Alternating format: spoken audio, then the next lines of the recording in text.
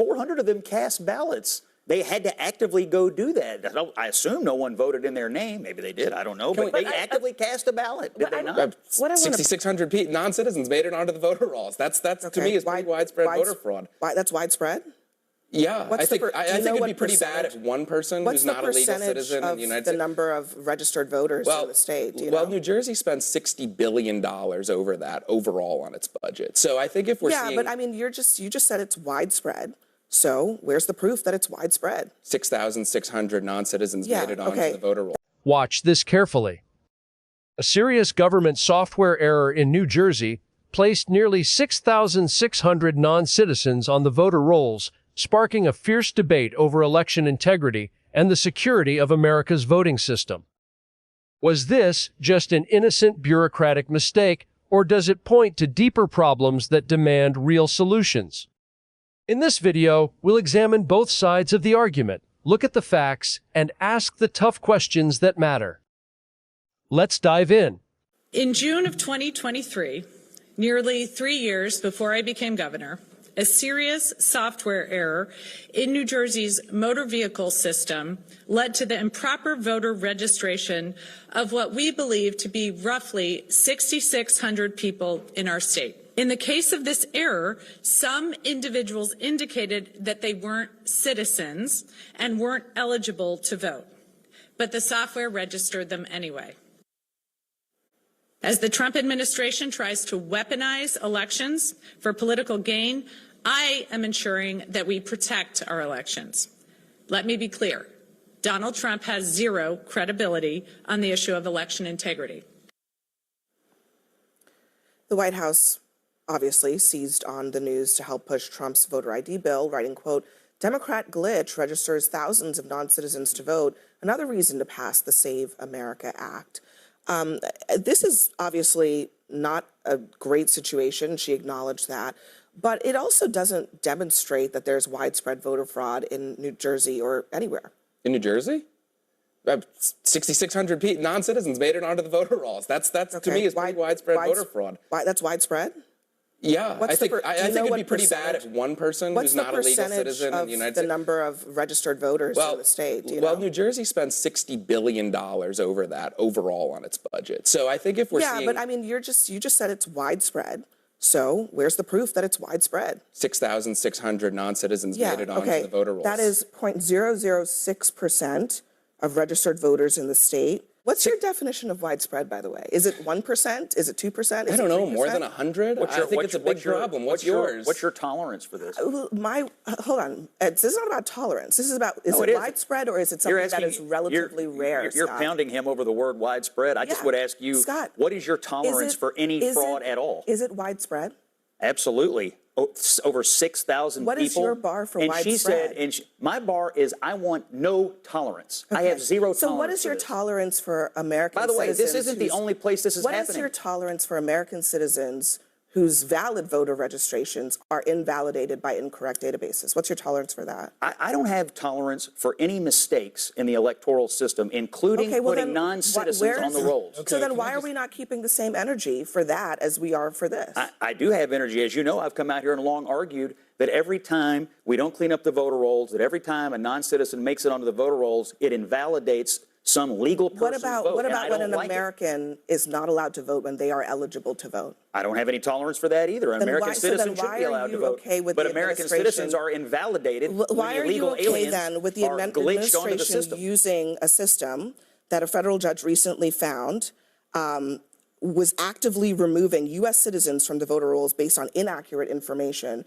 Why are you comfortable with that system being used to check the voter rolls? This is a convenient deflection for you. This is the worst possible story that could happen for Democrats now regarding the debate over the SAVE Act. In June 2023, New Jersey's motor vehicle system had a serious software glitch that registered roughly 6,600 non-citizens onto the voter rolls, even though many of them had clearly indicated they were not eligible to vote. State officials admitted the error, but they also downplayed it, saying it doesn't amount to widespread voter fraud because it only represents 0.06% of registered voters. The interviewer pushed back directly. Then what exactly is an acceptable error rate? Is 6,600 acceptable? This is where the discussion gets really interesting. On one side, people argue that the percentage doesn't matter, the principle does. Any ineligible registration in the election system is wrong because every invalid vote can dilute the voice of a legal voter. On the other side, some say isolated administrative errors should not be treated the same as widespread voter fraud. But here's the real issue. If we're so concerned about ineligible voters getting onto the rolls, then what about eligible American citizens who get removed from the voter rolls or face problems voting because of bad data? True election integrity means fixing problems on both sides, not just one.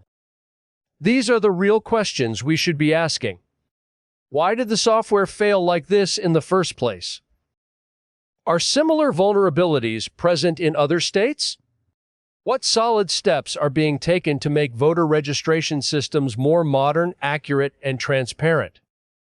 How do we strike the right balance between election security and voter access?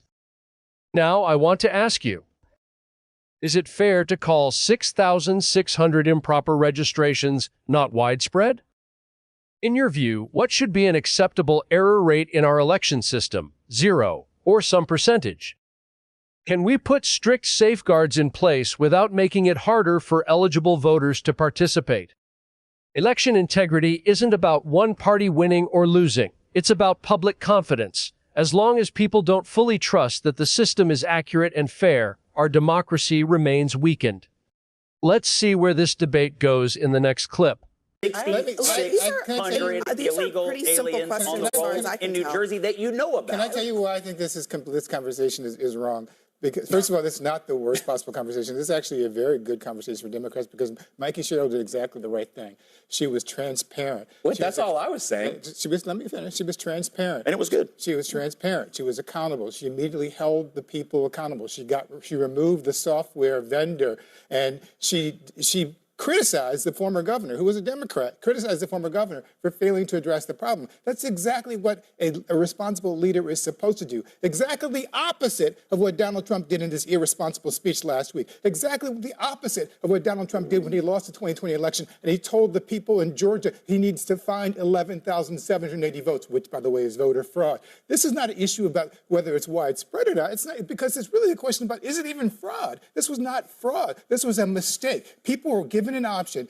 Are you a U.S. citizen or not? They said no. But the computer system incorrectly registered them to vote. They didn't do anything of their own. That's a fair Fraud point. required them to do something on their own purposely to defraud the It is system. the suggestion that this is fraud suggests that these people were trying to vote when they 400 knew of that them they did. Yeah, I think fraud. Exactly. Hold on. They But were- let's they be were honest. I registered by mean, the state sometimes, incorrectly. listen, there's been a lot of work done on situations like this. And going back, you know, state by state, you can go state by state. There have been cases that have looked at it. They found, you know, maybe a couple of dozen cases over the course of 10 years, 20 years. Sometimes what happens is that when state systems are incorrect, people receive information and they are confused, and they're not voting because this is a great they're point. not voting because they're trying to defraud the system. They might have cast a ballot because they just weren't aware that they were incorrectly put on the voter roll. They weren't aware that they weren't a citizen of the United States? No, They but the question said in is, this instance that they weren't citizens. They were still is registered. this accurately described as fraud when none of these people tried to register to vote? Yes, They because cast ballots. 400 of them cast ballots. They had to actively go do that. I assume no one voted in their name. Maybe they did. I don't know. But they actively cast a ballot. Did they not? What I want to, but An illegal alien gets put on the rolls, however they got there, and cast a I ballot. mean, but you acknowledge voter that fraud to me. some people might actually be confused, because this has come up in courts before, where some people who are ineligible to vote are not aware that they're ineligible to vote. Guys, widespread waste, fraud, and abuse doesn't require malice. It can be a product of government incompetence. That's my point from earlier. Okay, that's a fair. I mean, you raised the issue. That's why I said the state of New Jersey spends $60 billion annually. Surely there's a gazillion other I think examples. it's a fair point that it can be due to the government just being dumb about some of these things or making mistakes. But again, I do think it's whether it is widespread or not So matters. clearly- I do think that the numbers actually matter, because if the argument is that this is so widespread that you need to override the state's constitutional rights to run their elections, then you have to actually prove that that's National actually voter ID is an 80% favorable issue. The numbers don't prove this conversation of widespread. Language matters. Saying widespread and fraud, it matters when, to the point that you were making and that you were making, if folks were being honest about the fact that they are not citizens, and yet it was a mistake on behalf of the actual machines, and then the Democrat in office took accountability for it, this is actually modeling making sure that our elections are safe and fair.